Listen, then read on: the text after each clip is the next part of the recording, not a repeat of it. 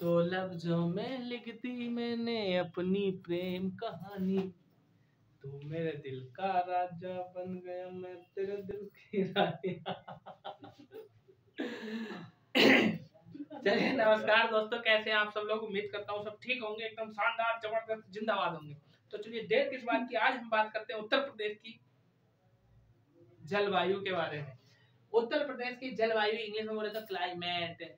पिछले वीडियो में हमने बात करी थी उत्तर प्रदेश के वन्य जीवों के संरक्षण के बारे में, वन्य जीव विहार, पक्षी विहार, राष्ट्रीय उद्यान, इन सब के बारे में बात हमने करी थी।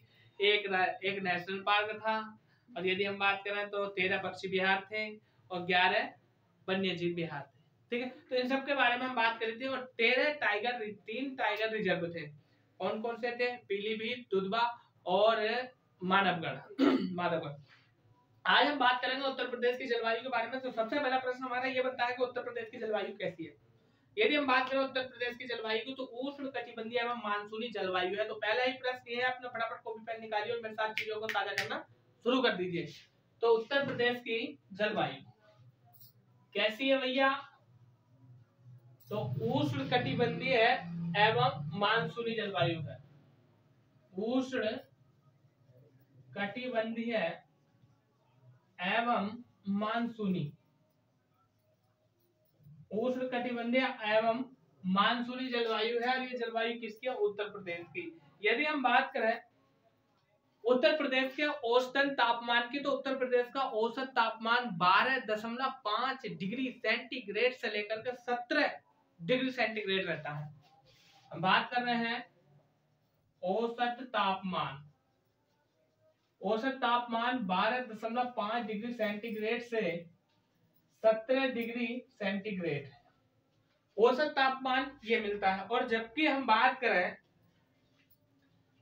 कि जून जुलाई में या जुलाई से लेकर जून के महीने में गर्मी अधिक पड़ती है, और जब जून के महीने में गर्मी अधिक पड़ेगी तापमान बढ़ेगा। तो तापमान जो है आपका 27.5 डिग्री से लेकर के 39 डिग्री तक पहुंच जाता है। यानी जबकि मई जून में तापमान, जबकि मई जून में तापमान कितना हो जाता है? 27.5 डिग्री सेंटीग्रेड से 39 डिग्री सेंटीग्रेड हो जाता है।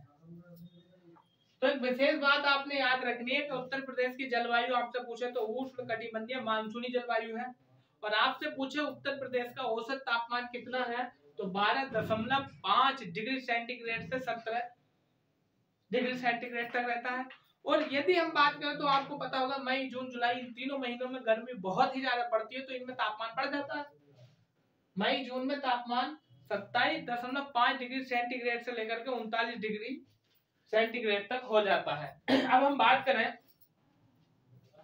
तो एक विशेष प्रश्न ये बनता है कि जब हम राज्य में, उत्तर प्रदेश राज्य की हम बात करते हैं, जब पूर्व से पश्चिम की ओर जाते हैं तो वर्षा में कमी पाई जाती है। पर एक प्रश्न, वेरी मोस्ट इंपोर्टेंट क्वेश्चन यहाँ से ये बनता है कि उत्तर प्रदेश में सर्वाधिक वर्षा वाला स्थान, तो उत्तर प्रदेश में सबसे ज्यादा जो वर्षा होती है गोरखपुर जिले में होती है, और सबसे कम वर्षा जो होती है वो मथुरा में होती है। यदि हम बात करें यहाँ से भारत के संदर्भ में, तो प्रश्न बनता है भारत में सबसे ज्यादा वर्षा कहाँ पर होती है, तो मानसीराव मेघालय में। और भारत ही नहीं, एशिया में सबसे ज्यादा वर्षा कहाँ होती है? मानसीराव मेघालय में। और आपसे प्रश्न पूछेंगे विश्व में सर्वाधिक वर्षा वाला स्थान कौन सा है, तो मानसिंहराव मेघालय। अभी मानसिंहराव मेघालय भारत का एक राज्य है, और उसके अंदर एक स्थान है, एक जगह है जिसको बोलते हैं मानसिंहराव। तो विश्व में, भारत में, एशिया में तीनों में सबसे ज्यादा वर्षा जो होती है वो मानसिंहराव में होती है, पर्वतीकृत वर्षा होती है। और दूसरा स्थान आता है चेरापूंजी का। लेकिन हम बात कर रहे हैं उत्तर प्रदेश के संदर्भ में, तो पूर्व से पश्चिम की ओर उत्तर प्रदेश में जब हम जाएंगे तो वर्षा में कमी पाई जाएगी, और सर्वाधिक वर्षा गोरखपुर में और सबसे कम मथुरा में। तो ये हम यहाँ से तीनों फैक्ट लिख लेते हैं। राज्य में पूर्व से पश्चिम की ओर पश्चिम की ओर जाने पर वर्षा में कमी पाई जाती है। ठीक, फिर हम बात कर रहे हैं कि उत्तर प्रदेश में सर्वाधिक वर्षा कहां पर होती है भैया? गोरखपुर में।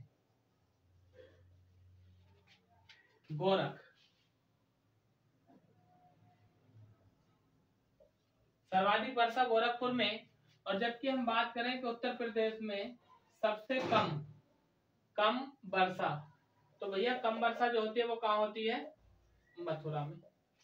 और यदि आपसे पूछे कि भारत में सबसे ज्यादा वर्षा कहाँ पर होती है, तो मानसिंह गांव में। लिख देता हूं मैं इसको भी। भारत में सर्वाधिक वर्षा तो मानसी राव। और ये कहां पर पड़ता है? मेघालय में। मेघालय क्या है? भारत का एक राज्य है। फिर देखिए, यदि हम बात करें वर्षा की, तो भारत में वर्षा 2 मानसूनों से होती है। और 2 मानसून कौन से? दक्षिण पश्चिम मानसून, और एक होता है पूर्वी, या कह सकते हैं लौटता मानसून। यदि हम बात करें भारत में मानसून की, तो भारत में मानसून एक तो आता है अरब सागर से, और एक आता है बंगाल की खाड़ी से। अब देखिए भारत में वर्षा कैसे होती है, मैं ही बता देता हूं आपको। यदि हम बात करें अपने भारत की, तो हमारा भारत उत्तरी गोलार्ध में स्थित है। और जब दक्षिणी गोलार्ध से व्यापारिक पवनें चलती हैं, और दक्षिणी गोलार्ध से व्यापारिक पवनें चलने के बाद जो है भूमध्य रेखा के पास आती है, तो भूमध्य रेखा के पास आने पर, उससे टकराने पर अपनी दिशा में परिवर्तन कर लेती हैं। और जब इनकी दिशा में परिवर्तन हो जाता है, तो ये महासागरों से जल की नमी को सोखती है, और जल की नमी को सोखते सोखते जब आगे बढ़ती है भारत की ओर, तो भारत में सबसे नीचे मिलता है पश्चिमी घाट, जिसको हम बोल देते हैं सह्याद्री पर्वत। इस पश्चिमी घाट श्रृंखला से जब ये टकराती हैं, तो नमी के कारण इनमें भार पैदा होता है, उस भार को नहीं झेल पाती है, और भारत में वर्षा कर बैठती है। प्रश्न आता है, वेरी मोस्ट इंपोर्टेंट क्वेश्चन, के भारत में सबसे पहले वर्षा कहां पर होती है? तो केरल के मालाबार तट पे सबसे पहले वर्षा होती है। और यदि यहीं पर हम बात करें तिथि को लेकर के, तो 25 जून को सबसे पहले अंडमान निकोबार में होती है, 25 मई को, और 5 जून को केरल में हो जाती है। लेकिन केरल के संदर्भ में मालाबार तट सबसे ज्यादा पूछा जाता है। अब भारत में मानसून एक तो आता है बंगाल की खाड़ी से, और एक आता है दक्षिण पूर्वी मानसून अरब सागर से। तो वेरी मोस्ट इंपोर्टेंट क्वेश्चन, के उत्तर प्रदेश में सर्वाधिक जो वर्षा होती है, 90% वर्षा, वो दक्षिण पश्चिम मानसून से होती है। तो इस फैक्ट को हम लिख लेंगे। क्या उत्तर प्रदेश में सर्वाधिक वर्षा, उत्तर प्रदेश में जो सर्वाधिक वर्षा होती है, यानी 90%, और वो कहाँ होती है? दक्षिण पश्चिम मानसून से। दक्षिण पश्चिम मानसून से। जबकि बंगाल की खाड़ी से पूर्वीय या लौटता मानसून की हम बात करें, तो उससे वर्षा होती है, लेकिन बहुत कम होती है। सर्वाधिक 90% वर्षा जो होती है, वो दक्षिण पश्चिम मानसून से होती है। फिर यहां से यदि हम बात करें, तो प्रश्न बनता है कि उत्तर प्रदेश में कुल आर्द्र भूमि कितनी है? तो उत्तर प्रदेश में कुल आर्द्र भूमि की यदि हम बात करें, तो 5.15, 15 भी बोल देते हैं, लेकिन कहेंगे दशमलव के बाद जो भी गिनती आती है वो एक एक करके बोली जाती है, क्योंकि ऐसा माना जाता है वो एक से भी छोटी होती है। तो उत्तर प्रदेश में कुल आर्द्र भूमि की यदि हम बात करें, तो 5.15 या कह दें 5.15 है। और यदि हम बात करें उत्तर प्रदेश में सर्वाधिक आर्द्र भूमि वाला जिला, तो वह सोनभद्र है। 5.08% आर्द्र भूमि उत्तर प्रदेश के सोनभद्र जिले में पड़ती है। तो चलिए इस प्रश्न को भी लिख लेते हैं। प्रदेश की कुल आर्द्र भूमि, प्रदेश की कुल आर्द्र भूमि, और आर्द्र भूमि की यदि हम बात करें, तो 5.15%। और जबकि हम बात करें प्रदेश में सर्वाधिक, यानी यूपी लिख देता हूँ, यूपी में सर्वाधिक, ठीक है, तो 5.08% है। और ये कहाँ पर पड़ती है? सोनभद्र में। सोनभद्र, और सोनभद्र क्या है? उत्तर प्रदेश का सबसे दक्षिणतम जिला है। तो चलिए इसका एक बार स्क्रीनशॉट ले लीजिए। इसके बाद चलते हैं हम आगे कि और क्या क्या महत्वपूर्ण प्रश्न यहाँ से हमारे बन सकते हैं। अब हम बात कर लेते हैं उत्तर प्रदेश की ऋतु के बारे में, और ऋतु के बारे में जो महत्वपूर्ण क्वेश्चन बनता है वो क्या बनता है। पहला महत्वपूर्ण प्रश्न तो ये बनेगा कि उत्तर प्रदेश में कितने प्रकार की ऋतुएं पाई जाती हैं। तो उत्तर प्रदेश में यदि हम बात करें भारतीय मौसम विज्ञान विभाग, तो भारतीय मौसम विज्ञान विभाग के द्वारा उत्तर प्रदेश की ऋतुओं को 3 भागों में बांटा गया है। कौन कौन से? शीत ऋतु, ग्रीष्म ऋतु और वर्षा ऋतु। और यहां से यदि हम बात करें तो प्रश्न ये भी बन जाता है कि उत्तर प्रदेश में जो शीत ऋतु है वो शुरू कब होती है? नवंबर में, और कब तक चलती है? फरवरी में। फिर यहीं से प्रश्न पूछेगा कि उत्तर प्रदेश की जो ग्रीष्म ऋतु है वो कब शुरू होती है और कब तक चलती है। तो यदि हम बात करें ग्रीष्म ऋतु की तो मार्च में शुरू होती है और जून तक चलती है। और यदि हम बात करें वर्षा ऋतु की तो वर्षा ऋतु जुलाई में शुरू होती है और अक्टूबर तक चलती है। तो सबसे पहला प्रश्न तो हम यही लिख लेते हैं कि उत्तर प्रदेश यानी ऋतु के संदर्भ में भारतीय मौसम विज्ञान विभाग के द्वारा, भारतीय मौसम विज्ञान विभाग के द्वारा उत्तर प्रदेश की ऋतुओं को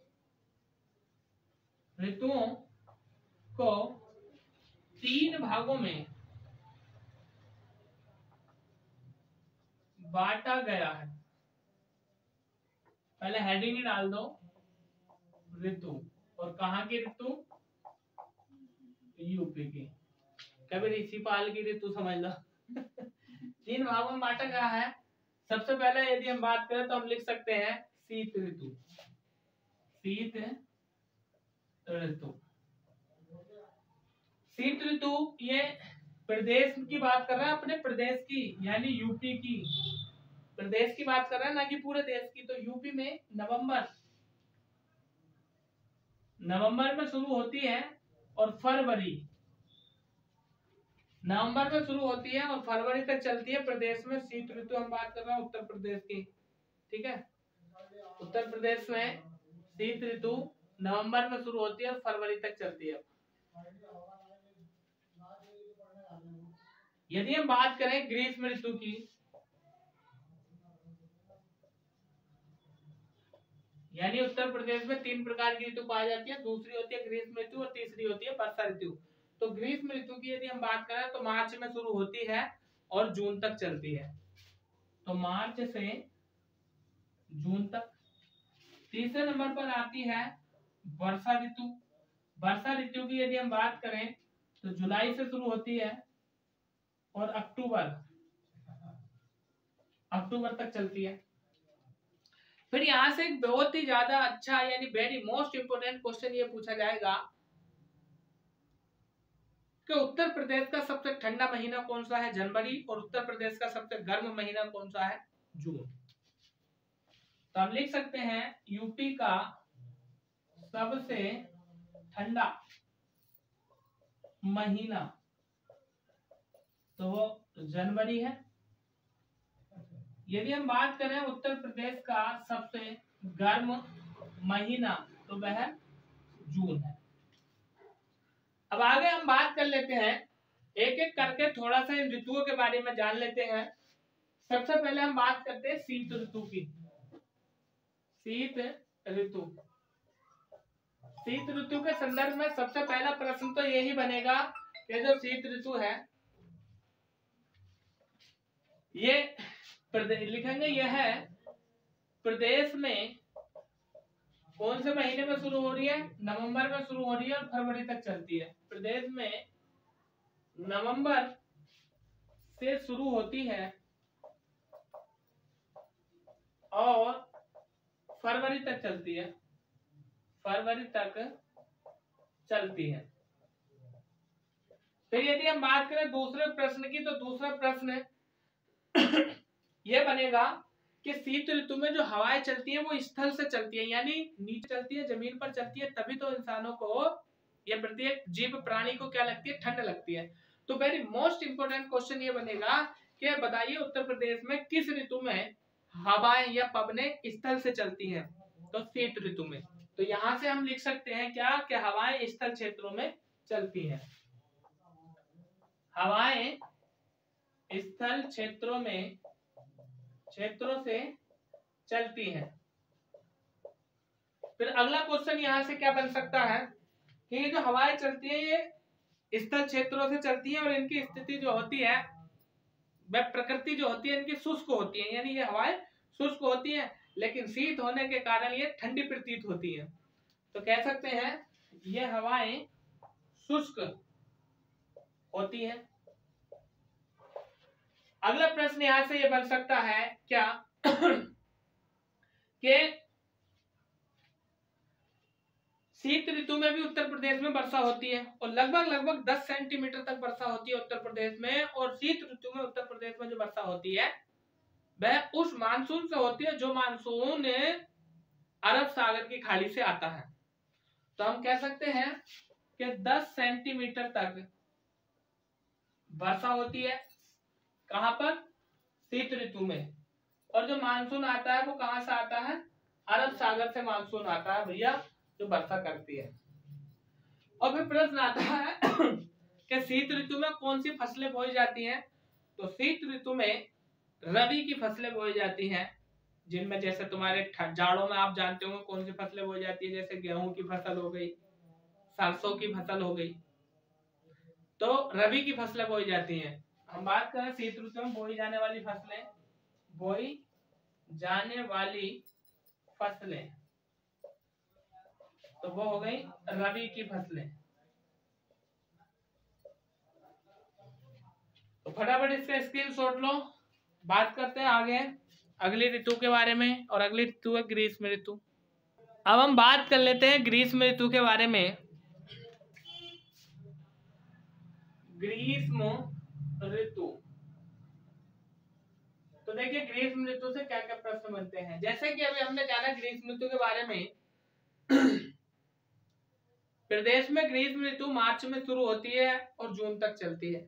और ग्रीष्म ऋतु में तापमान अधिक होता है, मौसम गर्म होता है, गर्म हवाएं चलती हैं, तेज हवाएं चलती हैं, आंधी व तूफान आते रहते हैं। और यदि हम बात करें तो प्रदेश के कुछ क्षेत्र ऐसे पड़ते हैं जैसे इलाहाबाद हो गया, लखनऊ हो गया, उरी हो गया, तो यहाँ पर तापमान जो है सर्वाधिक मात्रा में देखने के लिए मिलता है। और यदि हम बात करें तो तेज पश्चिमी हवाएं चलती है जिन्हें स्थानीय भाषा में लू कहा जाता है। ये सारी की सारी बातें बनती है हमारी ग्रीष्म ऋतु से। तो यहाँ से इन महत्वपूर्ण बिंदुओं को हम लिख लेते हैं। और पहला बिंदु हमारा यही है कि जो ग्रीष्म ऋतु है वो मार्च के महीने में शुरू होती है और जून तक चलती है। यह मार्च में शुरू होती है और जून तक चलती है, यानी मार्च अप्रैल मई जून तक चलती है। भाई 3 ऋतुएं हैं, एक साल में महीने कितने होते हैं, 12। तो एक ऋतु कितने महीने चली, 4 महीने। जैसे हम ग्रीष्म ऋतु की बात करें, मार्च में शुरू हो रही है, जून तक चली है, तो मार्च अप्रैल मई और जून 4 महीने की एक ऋतु हो गई। तो 3 महीने, कुल 3 ऋतुएं कितने महीने की हो गई, 4 या 12, 1 साल की हो गई। तो पहला प्रश्न तो ये बना। उसके बाद यदि हम बात करें तो ग्रीष्म ऋतु में तापमान में वृद्धि होती है। यदि हम बात करें यहां से औसत तापमान की, यदि हम बात करें यहां से कि औसत तापमान कितना होता है, तो औसत तापमान 21 डिग्री सेंटीग्रेड से 23 डिग्री सेंटीग्रेड तक होता है। फिर यदि हम बात करें तो कुछ स्थान ऐसे पाए जाते हैं उत्तर प्रदेश में जहां पर तापमान बढ़ जाता है, जबकि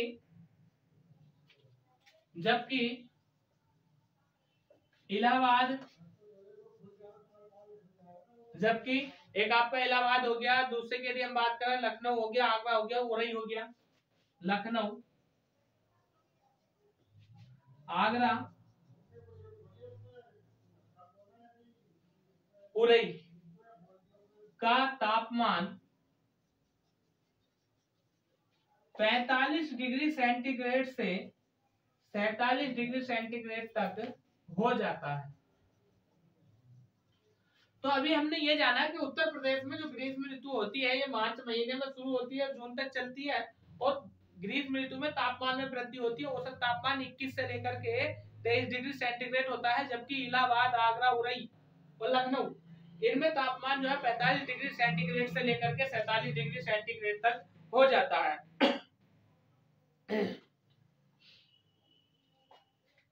फिर अगली बात हम कर सकते हैं क्या कि ग्रीष्म ऋतु में पश्चिमी हवाएं चलती हैं, और इन पश्चिमी हवाओं को यदि हम बात करें तो जगह जगह अलग नामों से जाना जाता है। कहीं पर पश्चिमी कहते हैं, कहीं पर पछुआ कह देते हैं, कहीं पर पछादिया कहते हैं, और स्थानीय भाषा में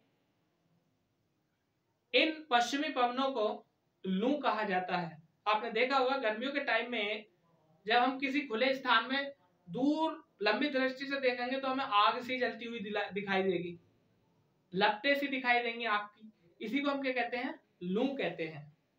तो हम लिख सकते हैं हवाएं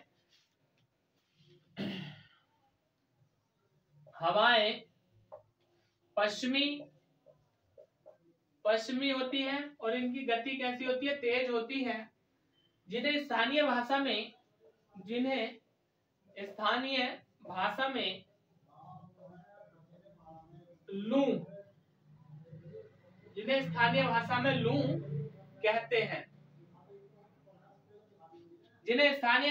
लू कहते हैं।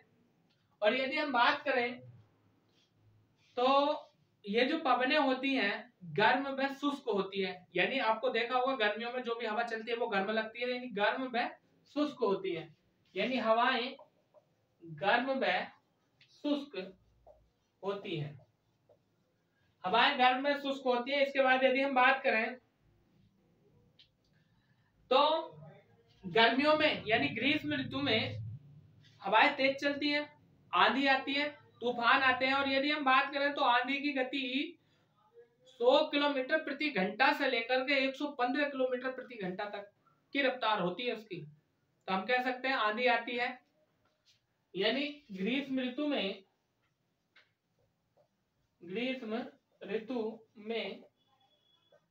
आंधी आती है, जिसकी गति की यदि हम बात करें, जिसकी गति 100 किलोमीटर प्रति घंटा से 115 किलोमीटर प्रति घंटा तक होती है।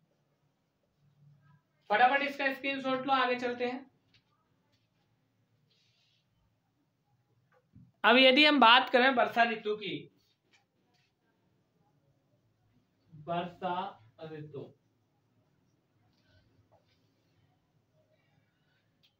तो देखिए इसके भी 4 महीने होते हैं। यह जून में प्रारंभ होती है, या कह सकते हैं जून के तीसरे या चौथे सप्ताह से प्रारंभ होती है।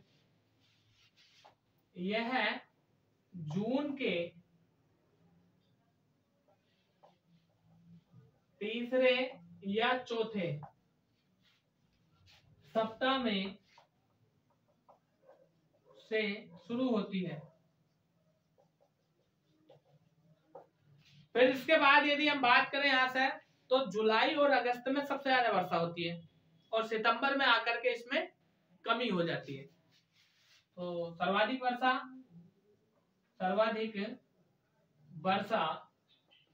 जुलाई और अगस्त,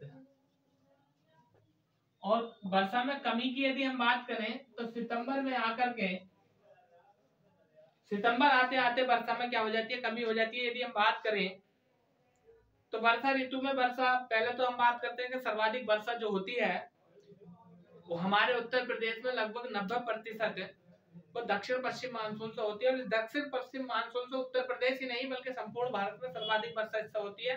और जो बंगाल की खाड़ी का मानसून आता है उससे बहुत कम वर्षा होती है। और यदि हम बात करें बंगाल की खाड़ी के मानसून की, तो उसको पूर्वा के नाम से जाना जाता है। यानी बंगाल की खाड़ी है मानसून, इसको किस नाम से जाना जाता है?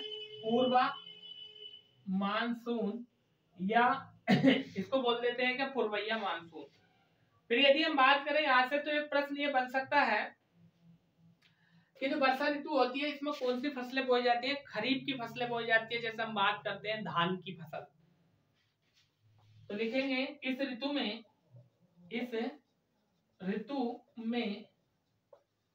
खरीफ की फसलें बोई जाती हैं। जैसे हम बात करते हैं किसकी? धान हो गया, और रबी की फसल में आ जाता है क्या? गेहूं। इसके बाद हम बात करते हैं क्या भैया वर्षा के आधार पर प्रदेश का विभाजन किया गया कितने भागों में? 2 भागों में। वर्षा के आधार पर प्रदेश का विभाजन किया गया है 2 भागों में, और उन 2 भागों की यदि हम बात करें तो एक आर्द्र एवं उष्ण प्रदेश के नाम से जाना जाता है। दूसरे की यदि हम बात करें तो साधारण आर्द्र एवं उष्ण प्रदेश के नाम से जाना जाता है। तो हम यहाँ से लिख सकते हैं वर्षा के आधार पर प्रदेश का विभाजन। वर्षा के आधार पर प्रदेश का विभाजन तो कितने भागों में किया गया है? 2 भाग। यानी भाग कितने हो गए? 2 भाग।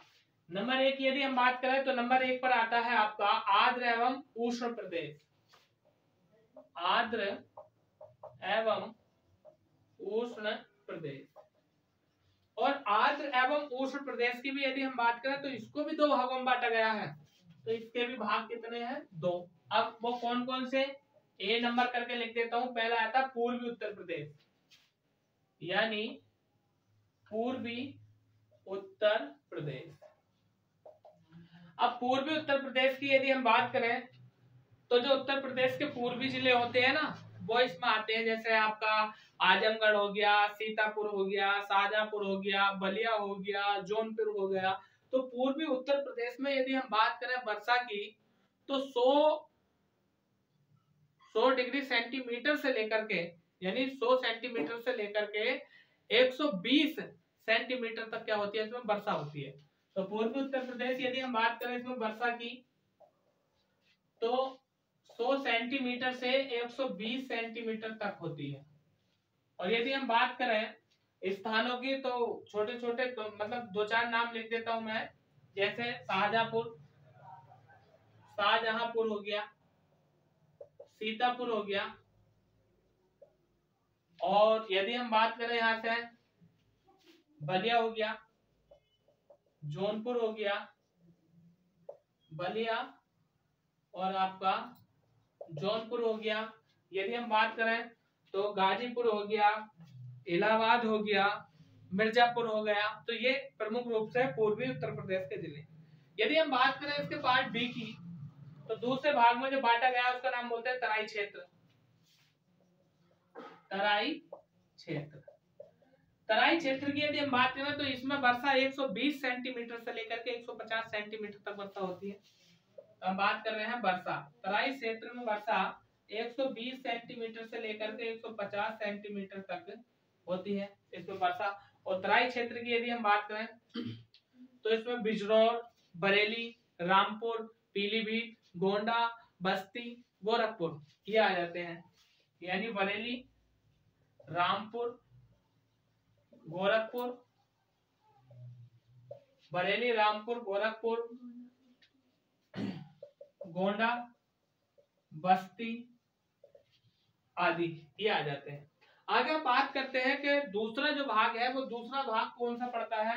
उस दूसरे भाग की यदि हम बात करें तो साधारण आर्द्र क्षेत्र। ऑलराइट, तो 1 नंबर तो ये था। दूसरा नंबर साधारण आर्द्र एवं उष्ण प्रदेश। साधारण आर्द्र एवं उष्ण प्रदेश। तो साधारण, आर्द्र एवं उष्ण प्रदेश की यदि हम बात करें तो यहाँ से क्या महत्वपूर्ण प्रश्न बनते हैं कि जो उत्तर प्रदेश का मध्यवर्ती क्षेत्र है, बीच वाला क्षेत्र, उत्तर प्रदेश के मध्यवर्ती क्षेत्र को हम कह सकते हैं साधारण, आर्द्र एवं उष्ण कटिबंधीय प्रदेश। और यहाँ पर यदि हम बात करें वर्षा की तो 50 सेंटीमीटर से लेकर के 100 सेंटीमीटर तक यहाँ पर वर्षा होती है। और यदि हम बात करें तो इसके भी 3 भाग मिलते हैं देखने के लिए। उन तीनों की यदि हम बात करें तो पहले हम लिख देते हैं इसमें वर्षा। तो इसमें जो वर्षा होती है वो 50 सेंटीमीटर से लेकर के 100 सेंटीमीटर तक वर्षा होती है। और इसके भी 3 भाग हैं, 3 भाग हैं। कौन कौन से हैं? 3 भागों की यदि हम बात करें तो एक भाग पड़ता मध्यवर्ती मैदानी क्षेत्र, लिख लीजिए आप, बोर्ड पर जगह नहीं बची है लेकिन मैं यहाँ पर लिख देता हूँ। नंबर 1 मध्यवर्ती मैदानी क्षेत्र, ये बात कर रहे हैं हम यहाँ की मध्यवर्ती मैदानी क्षेत्र। और दूसरे की हम बात करें तो पश्चिमी मैदानी क्षेत्र, पश्चिमी मैदानी क्षेत्र। और इस पश्चिमी मैदानी क्षेत्र में आपका जिला पड़ता है कौन? मुरादाबाद, मुरादाबाद इसी में पड़ता है। और तीसरे की यदि हम बात करें तो बुंदेलखंड का पहाड़ी क्षेत्र, बुंदेलखंड का पहाड़ी क्षेत्र। अब इससे आगे बढ़ने से पहले आप मेरी एक बात सुन लो कान खोल के, कि यदि अभी आप हमारे चैनल पर नए हैं और आपने अभी तक हमारे चैनल को सब्सक्राइब नहीं किया तो सब्सक्राइब कीजिए, और वीडियो को लाइक नहीं किया तो लाइक कीजिए, अपने दोस्तों में शेयर कीजिए। इसके बाद ही पहले चैनल को सब्सक्राइब करो, वीडियो को लाइक करो, तब आगे पढ़ाऊंगा।